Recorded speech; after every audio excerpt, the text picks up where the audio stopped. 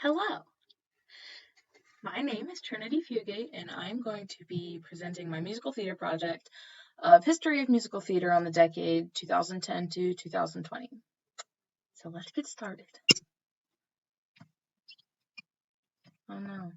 There we go. Um, Significant historical events. So a lot of my project is just pictures, and I'm going to be talking about what all the pictures are. So that's just a layout. Okay, so significant events. Let's start with the beloved musical Hamilton. Hamilton was a game changer for musical theater. It made musical theater cool again because of its hip hop and rap aspects. It was the most streamed album of the year with 4 billion streams. And not only did it make musical theater cool, but it made American history cool.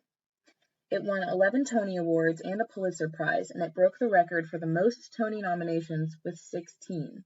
So, that's just a little bit of how much I'll be talking about Hamilton in this presentation because it was very, very large in this past decade. But yes, those are just some significant events that made this year pretty great. Next, Tony Awards. So, like I said, Hamilton broke the record for the most nominations, which was 16. So another fun fact or significant event about Tony Awards is Lisa Kron and Jeanine Tesori were the first female writing team to win Best Score for Fun Home, which is really cool because girls rock. Yeah. Waitress. Waitress was the first all-female creative team, which is really cool. Some other pictures that aren't on here. Dear Evan Hansen, which also was something that made musical theater really cool. It was really trendy. And it was number 2 next to Hamilton for most streamed. And another thing, Oklahoma had its 5th revival. So yes, those are some significant events. Social values. So, some social issues in society that affected musical theater. So here we have Barack Obama, which you all know was the president, and it was very controversial because Obama was the first African American president. So, ways that this is shown in musical theater, or this can affect musical theater, is Hamilton, the musical I've already talked about. That was a colorblind cast. So Hamilton was completely colorblind casting. Like, it didn't matter what color you were, what ethnicity you were going to play the part you deserved. And that's really cool about that show. So yeah, people's interests were more open to things like this. There's a play that was released called Slave Play, which was another really controversial show. And that is how having an African American president affected those things in musical theater. Another thing that could have affected musical theater is having a female run for president. And obviously, we know she didn't win, but it was still the first time a female had run for president. And if she would have won, they would have been the first female president, which would have been a really big deal. There are some ways that feminism plays into musical theater. Like previously, I've talked about Waitress, which was a all-female creative team, so that was really cool. And the musical was very, very female-oriented, like very towards the female, yeah. And just recently, in the past 3 months, there's been a new musical called Six, which is about the 6 wives of King Henry the Great. And so, yeah, that is definitely all about feminists and all of these girls who have gone unspoken about for years and telling their story. So yeah. Fashion styles. So, Legally Blonde. So Legally Blonde was actually the first show of the decade. It had a show on January 13th, 2010. So it did kind of bleed into the decade, but it was the very first Broadway show of the decade, so that's pretty cool. And Legally Blonde is pretty modern. It has a very modern look, so the early 2000s, 2010s. So the fashion styles that we do see in public, like definitely like the sorority house, like short skirts and little crop tops, that's definitely in the show a lot. That early 2000s or late 2000s, like early 2010 look. So Legally Blonde is a very good show to talk about fashion styles and how we see modern looks inside musical theater.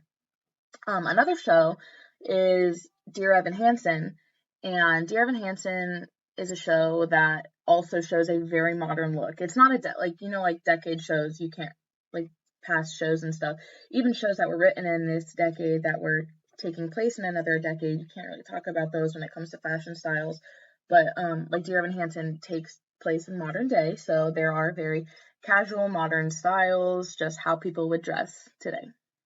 So yeah, music styles.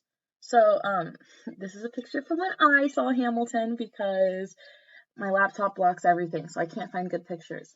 But like I said in the past, like in my very first slide, Hamilton does have hip hop and rap aspects throughout the entire show. And this gave Hamilton a very modern feel, and this was basically its music style.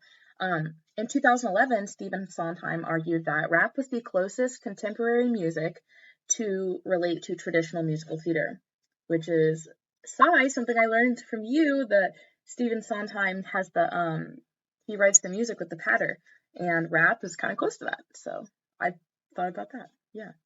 Okay. So, Waitress, this show. So all of the music in Waitress was written by Sara Bareilles, she is a very famous contemporary pop artist. So all of the music in Waitress does have that more modern feel, that more contemporary style, not necessarily pop, but like more pop than musical theater, if you know what I mean. I have a picture of Legally Blonde and I have a picture of Be More Chill. So these aren't necessarily music styles, but I wanted to include these in this slide because these musicals were some of the first musicals, including Book of Mormon and other musicals, to have pretty risque content when it comes to singing and lyrics and music. And so these shows were actually like starting to write about things that, and like singing about things that are not controversial, I would say, but like more risque lyrics. Yeah. Dance styles. So Hamilton, you can't get clips of Hamilton, but there's this picture of an ending pose from one of their numbers. So Hamilton does have a very modern dance style. Like I've said a million times, it's hip hop and rap most of the show. And so dancing to that, there's a lot of like break dancing, but still musical theater. So there's a lot of that in there. There's a lot of like stepping and stuff like that, like those modern dances in this show because of the music. And then here I have a picture of the Spring Awakening revival, which was choreographed by Spencer Lift, which he kind of made the dance in this show like so different. Like he made it completely different from any of the other revivals or like the original show, and he made it very more modern, which was really crazy because it was like the first time that they had seen this choreography. So yeah. Technical advances. So this was actually really hard to find information about. There is a picture of the Hamilton stage, and that stage was completely like a turntable. It was spinning. So this technical advance helped with choreo, it helped with blocking, it helped with that kind of stuff, and it made it just look really cool. And then the biggest technical advance that I could think of or that I could find was social media. In this past decade, there has been so many social media platforms that have just boomed and exploded, and so now that these musical theater shows and these Broadway shows are able to post their shows online and on social media and sell tickets on websites, like musical theater is just getting so big. Like people are streaming these songs now, and musical theater is way popular and way more popular than it has been in the past because people are able to access these things so much easier. Prominent faces. So here we have a picture of Lin-Manuel Miranda, my dear beloved. I love him. I love him so much. I love everything he does. So if you do not know, Lin-Manuel Miranda is the composer of Hamilton, and not only was he the composer, but he also starred in it. So yes, he is pretty talented. And here we have a picture of the female team that won for Best Score for Fun Home. We have Lisa Kron and Janine Sasori. Here we have a picture of Michael Arden. So Michael Arden, he directed the Spring Awakening revival, and it was his debut of directorial stuff. Yeah. So this is the first time that he was seen directing something. He's been in a few shows before, but this was his first directing debut. So that was really cool. And then we have Ben Platt. We all love Ben Platt. Ben Platt plays Evan Hansen in Dear Evan Hansen. And Ben Platt has been in other shows before as smaller minor characters, but this was his big debut as a lead character, and now we all love him and we all know him. So, musicals of the decade.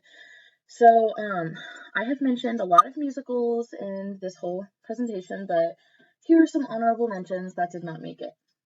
So we have Hadestown, Bloody Bloody Andrew Jackson, Come From Away, The Addams Family, Ghost the Musical, Bring It On the Musical, Matilda the Musical, Aladdin, Frozen. And then the last three are dramatic plays that I did talk about slave play already, but I'm still going to include it. We have Clybourne Park, Slave Play, and The Ferryman. So that is the end of my presentation. These are my sources. I hope you enjoyed it. Thank you.